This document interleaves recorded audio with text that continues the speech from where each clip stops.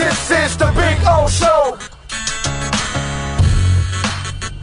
This is the Big O Show. All right. How you feeling, baby? You feeling good? I'm good, How you feeling, my man? 8-3. Yeah. You know, I've been saying it the last couple of weeks. With the Jalen Ramsey thing, they turned the corner.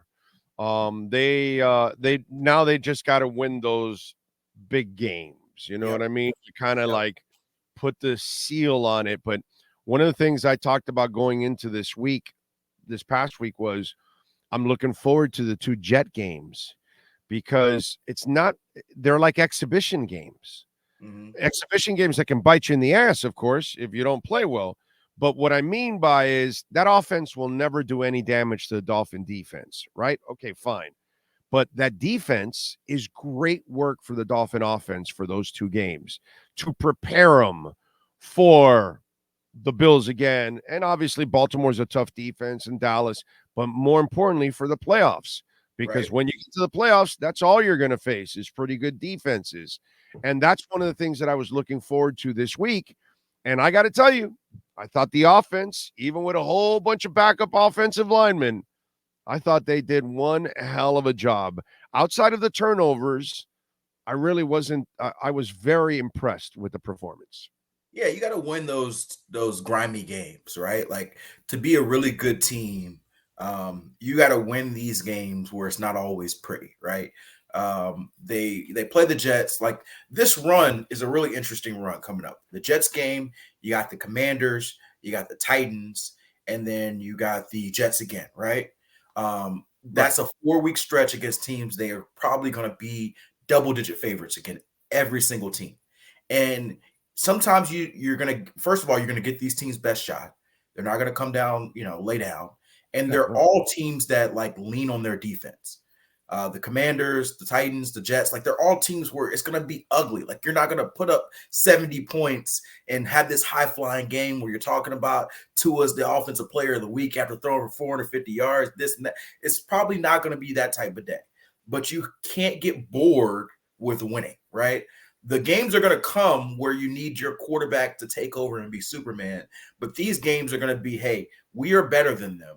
Let us get through these games and make sure we stay with what we do, stay steady. And they've done that last week. And this week against the Commanders is another challenge. And so I think you're going to learn a lot about this team over the 4 weeks before you even get to the Cowboys, Ravens, Bills stretch and going into the playoffs. They should go 3-0 the next 3 games, but can they do it? Can they stay healthy? Can they win those grimy games where you start to get the physicality, the mentality that you need, that people question? The question about this team is, are they physical enough? Can they go on the road against a tough team and win? You build those reps of that physicality in games like this. And so these games won't move the needle as far as national recognition, but to me, it's going to say a lot about this team, how they perform over the next 3 weeks. Barry, Smith, and obviously McDaniel, the job that they are doing on the offensive line, dude. Butch Barry, Greg Smith, and Mike McDaniel. Yes, got you. Wow. That might be the most valuable asset of this team, might be the fact that they are doing things that almost no team does in the NFL. Right. Most teams are struggling with their line. Most of them don't have 5. That's how the Dolphins were for 20 years. Mm-hmm. And then almost every team, they can't count on their backups. Right. And this past week, you're going up against one of the 5 best defensive fronts in the NFL, and you've got 4 out of your 5 guys, or 3 out of the 5 guys. No, 4. Austin got thrown out. We're backups, dude. That's crazy. Yep. I think that one of the most underrated elements of what you talk about, Butch Barry, and I want to give him a lot of love because I remember our conversation. What was that? Probably 9 months ago, 8-9 months ago, where he was coming off that Denver maybe 10 months ago. He was coming off the Denver situation, and all the talk was how, the reports were out about how the players didn't like him. They didn't like his style. Everybody was questioning if this is a bad hire. How could he be the guy to fix this offensive line, right? Fast forward to the end of this season, and I can't imagine there's a better offensive line coach doing more with less than Butch Berry is like this season. Like, there's offensive lines who have been better, but have more talent. Given the talent, the injuries they've had, I think that Butch, just kind of my brief look around the league, has done more with less than any O-line coach in the league. He deserves a lot of credit for coming in and really helping guys have their best season of their career. Austin Jackson's having the best season of his career. I know he got ejected this past game, but he's having the best season of his career. Hey, wait, whoa. That's called street cred. Yeah. Okay. Martha Stewart goes to jail. She gets street cred, right? Yeah. Rappers go to jail. They get street cred. Austin Jackson's been thoroughly ripped for years now. Absolutely. Now he's the pillar of stability on that line. Yes. And now he wants to also tell you he's a bad mofo. Don't mess with Austin Jackson now. He's changed his narrative completely. He's made himself a lot of money, right? The Dolphins declined his 5th-year option last year, and it was a no-brainer for almost everybody, right? Given his play. But now he may end up making more money than the 5th-year option even paid because of how he's played this year. And I think you're absolutely right. Like, we talk a lot about what Mike McDaniel did for Tua's confidence. I think you can say the same for what Butch, Frank Smith, and Mike McDaniel have done for a lot of players in the offensive line confidence, starting with Austin Jackson. And you know what's also, we all have to have a come to Jesus here, because I talked about this a lot during the flow stuff with Tua, and you know it because you were here. And I keep saying it's not Tua the problem, it's everything around him the problem. The player, the coaches, you can't get the right coaches around it. And now you changed everything and Tua's different, right? Okay, enough of this shit already. The only reason Austin Jackson and Eichenberg weren't successful is because they didn't have the coaching, bro. They didn't have coaching for 2 years. And then last year they were both injured, so these guys couldn't work on them. And somehow or another, they believed in them. They saw something in tape. Whatever they saw, Marvin Allen, Reggie McKenzie, and Chris Greer also saw on tape. And they said, no, we like these guys. And sure enough, they turned Austin Jackson into a player. And Liam Eichenberg is slowly but surely turning into a quiet little MVP, because he goes and fills in different spots, and he's successfully filling in. Outside of that first start at center against, Jesus Christ, dude, against the Bills, the poor guy had to start his first game. Outside of that, he's only gotten better as a player, period. Outside of that. So let's get back to maybe Eichenberg and Austin Jackson were good picks from the get-go. One was really green and young, and Austin Jackson, a young guy, man, and Eichenberg didn't have the proper coaching. Now they have the proper coaching. Holy shit, dude. Wow. What a concept. We're watching some pretty good play. Yeah, absolutely. Coaching changes everything. That's the one thing we've learned over the last 12 months about this team. And the players win. The players do it out there on the field, but coaching maybe unlocks whatever's inside of them. You can't get something out of them they don't have in them.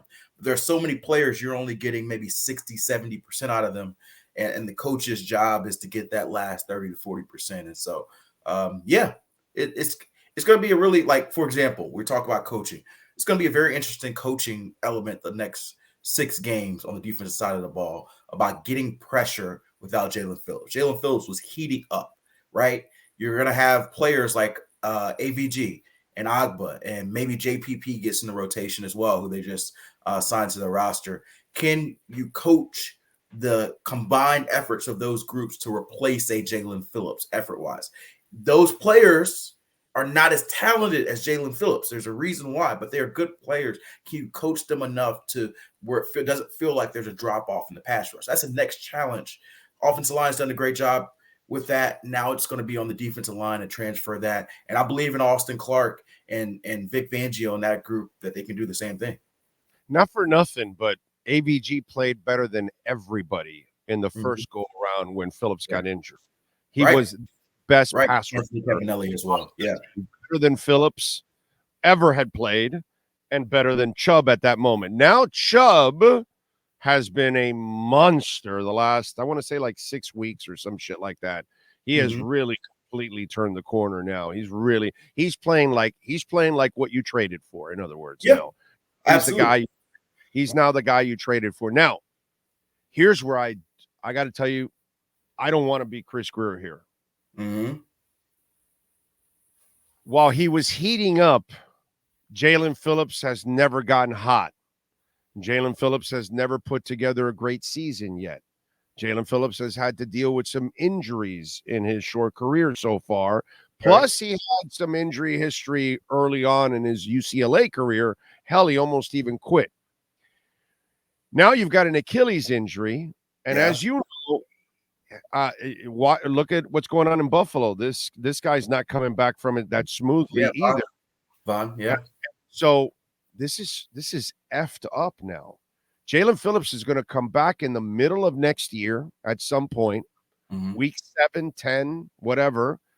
He probably won't be himself.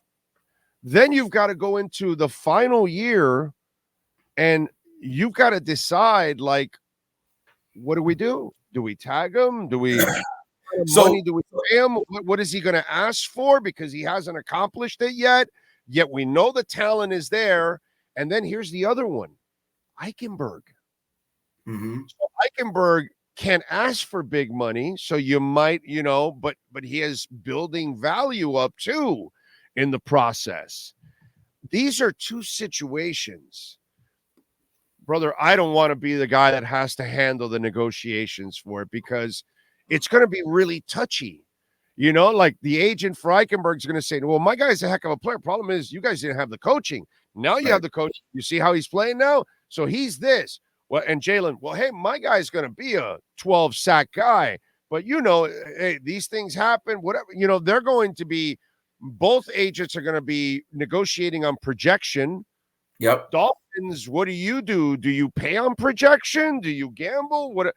How that situation – I don't think people realize, especially the Jalen Phillips one, because pass rushers are so valuable. Absolutely.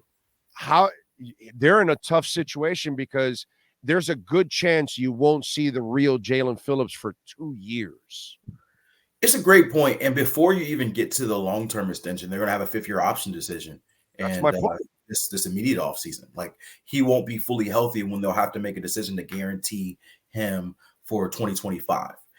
I will say, like, my prediction is they'll still pick up the option because of him, and pass rushers are so valuable that you're willing to take that risk on your first-round pick.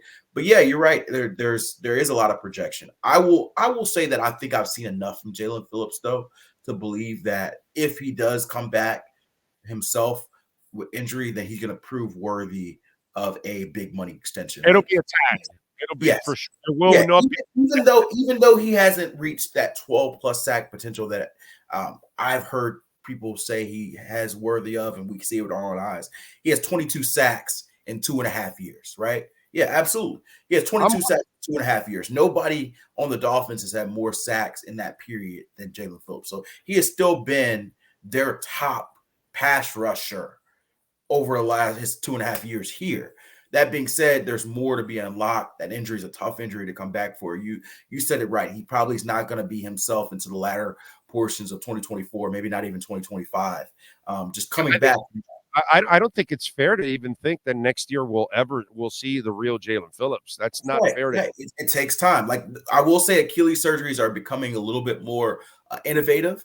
And so where it used to be a full 12-month injury before you could even play. So you're saying Jalen Phillips is going to be ready for the Super Bowl, just like Aaron Rodgers? No. I'm not saying that. I'm just saying that it would not shock me if he's back on the field near the start of next season, but you're right as far as him maybe being himself. I'm just saying that it used to be a 12-month injury. Sometimes you can have it become a 9 to 10-month injury now. Not saying they push him. I'm just saying that we've seen it. That being said, that position, That position is a little I don't different. think Yeah, you do that. that's why I said even if he does come back Yeah. earlier than a year, which a year would put him on Thanksgiving, right? Even if he did come back, I don't think he's himself until the latter portion, December, January, maybe even 2025, before you see him. So, yeah. I just think that the ends have to use leverage. They have to Mhm. have bend and all that. You that Achilles is going to be used, like seriously used Yeah. for I think you're not. I think he comes back middle of next year, and then it's one of those where you're easing him in because it's not going to be an easy thing for him. The one thing that I will say that he has an advantage, he's young still. Yeah, That's a absolutely. good thing. He's not 31 years old and wear and tear and all that. Maybe that's why in Buffalo they're having a little bit more issues with Mhm. what's his name now? And I'm brain farting. What's the name of the end? The pass rusher they got. Minnesota? Huh? You said what team? For Buffalo. What's his name? Oh, Von Miller. Von Miller. Miller. Right. And so he's coming back too from it, and he's not himself. He's not even close. But he's an older player. So maybe, and that's one positive that I see with Jalen. All right. The other thing is, do you think Tua's kind of reached his point where he's kind of said, like, I gotta stop with this shit? Like, because the one thing, the bugaboo that I'm seeing with him right now is the turnovers, bro. He is forcing it too much and he's turning it over too much. Absolutely. So I think it's a concern. I think it's a concern. What I will say is Mike McDaniel has talked a lot about if they run the offense right, there's going to be more turnovers because of the fact that they're throwing to spots. And sometimes defenses can jump spots. I think that Tua is at a position right now where he may be trying to force things a little too often to Tyreek and to Waddle to a lesser extent because there hasn't been a third weapon that separated themselves. And so because of that, teams are trying a lot of unique coverages to defend Tyreek and to a lesser extent Waddle. And so when he's throwing the spots, sometimes he's getting caught with a defense showing them something they don't show as far as their rules. Mike McDaniel, Frank Smith have been very clear. They learn the defense's rules. Like if you see, okay, the defense is a cover 3. The linebacker is going to be right here. And so you throw the ball right here. Now, what happens if the linebacker's not there? What happens if the linebacker is showing cover 3 and he's in cover 3, but they say, okay, this week play cover 3, but instead of where you normally are, let's drop 3 yards deeper because we noticed that he likes to throw those over routes right underneath the linebacker. Let's drop 3 yards deeper, right? Defenses have been adjusting and doing different things than they've shown on tape for Tua and for the Dolphins. And so that becomes an interesting element for Tua and for Mike McDaniel because they want to be the ones who dictate scheme based on what they see, but they also don't want to turn the ball over. And so I think you're going to see a little bit of a adjustment the next few weeks on how they call elements, and maybe you might see Tua hold on some passes that he might not throw as quickly. He leads the NFL in time to throw, but there's some times where I'm like, maybe he holds on to that ball a second longer, which is what the defense wants him to do. But he also doesn't make that mistake if he sees a confirmation of where the linebacker is before he throws it. Maybe that helps him reduce a couple of those turnovers.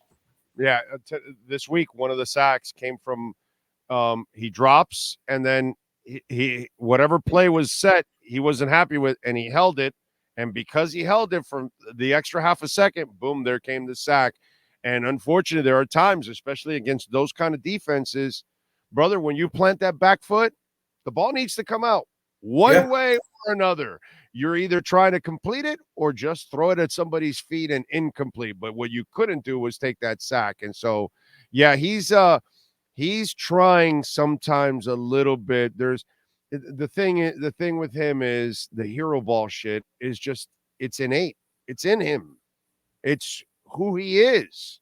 Mm-hmm. And so he has to fight that monster inside of him that wants to hold on to that ball and make the play. And you know what I mean? If it's up to him, his ass would run more and probably put a shoulder into people because that's how he plays. I compare him to my Yorkie all the damn time, dude. My Yorkie weighs 3 pounds. Right. That son of a bitch is fearless against anything. It doesn't matter what it is. He's going to on, and he thinks, like my 75-pound dog, whatever. My little dog thinks that he can take her on, and it's like the big dog's looking at it like, get out of here, bro. Just leave me alone. You know what I mean? And that's Tua. Tua is like my Yorkie, fearless. And that's dangerous for him. Right. Because he's not built like Ben Roethlisberger and Josh. So he can't sit there and take punishment. You know what I mean? Right. It's the dangerous part. All right. What do you got going on in the NFL Network? Yeah, I'll be on NFL Insiders the next 2 days. Actually, I'm going to do that in a few minutes here. So I'll be on TV. It runs on NFL Plus from 12 to 1. It'll run on NFL Network from 1 to 2. And so that'll be each of the next 2 days. And this week, I will not be with the Dolphins. I got Monday Night Football, Jaguars, Bengals. We'll have another reporter out there, but I will be with the Dolphins for the 3 weeks that follow that in a row. So Jags, Bengals, slightly more entertaining than Dolphins, Commanders. Yeah, they're both probably going to be big blowouts. But the Bengals game would have been a lot more interesting a week ago before Joe Burrow got hurt. But Joe Burrow not being there takes a little bit of sting. But I will say the Bengals still have a really good defense. They're in the playoff mix. The Commanders are done. So you at least have a team that's, still kicking even without their quarterback versus the Commanders team that probably is looking forward to. You had a fun game this past weekend. I did. Trevor Lawrence, CJ Stroud, that came down to the last play. Those are going to be two excellent quarterbacks to cover for years to come. The AFC is loading up, man. The AFC is loading up. David Tepper wanted Young, right? He wanted. Well, all of them. So I will say this. I know that a lot's come out about that. From what I understand, everybody did want Bryce Young. That was even Frank Reich. Now, that was something where, if you remember, the Panthers had the number 9 overall pick. I know. They traded up to 1. They had an initial deal to trade up with the Texans to go to 2, and the Texans were going to go to 1, but the Texans backed out of the deal at the last minute. And so if they got up to 2, the Panthers would have taken either Stroud or Anthony Richardson, assuming Houston would have taken Bryce Young, which I believe they would have. So it was a different revisionist history. If the Panthers didn't get to 1 and got to 2 instead, maybe they luck into CJ Stroud or luck into Anthony Richardson. But the way it worked, Texas backed out and the Panthers went to 1, and Bryce was their top quarterback. It just was close. But I heard that the owner badly wanted Bryce. It was like he was all on board, that he thought Bryce was the pick. So it's kind of funny that you're firing Frank Reich, and not our fault, bro. CJ was the pick out of all 3. By the way, CJ was the pick. Right. Because he was. We'll see. AR's hurt, so we'll see what he does when he's healthy. But CJ's been amazing. I never bought AR only because I'm never buying AR because of accuracy. That's always going to be my. And by the way, Josh Allen has reproven my theory right again. I thought I was finally somebody broke my theory after all these decades. Nah, once you're inaccurate, you're always inaccurate, and he continues to do his inaccurate stuff. So. I just don't. If you don't have the accuracy, I don't know how you become it, man. You know what I'm saying? I give Jalen Hurts credit. Yeah. It's weird. He's weird because he doesn't put up these electrifying numbers. But brother, when you need a dime dropped, like what he did in the back of the end zone this week, special, man, special. Oh, bro, that's you got it. He has it. Yes. That was a real deal. All right, baby. We'll catch up later on in the week. I appreciate you. All right. Sounds good. You got it. Follow him on Twitter at Cameron Wolfe and call my friends at KSDT CPAs.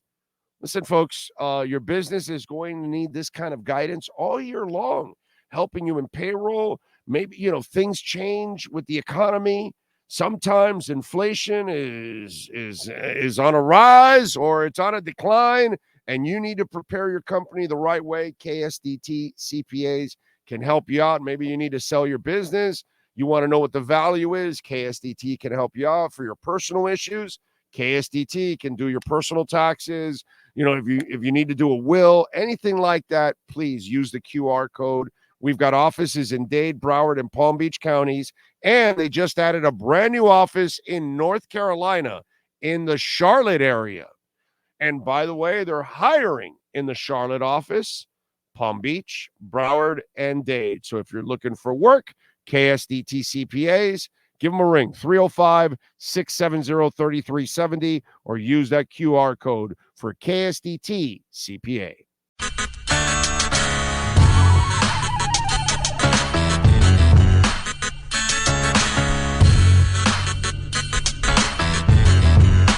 This is the big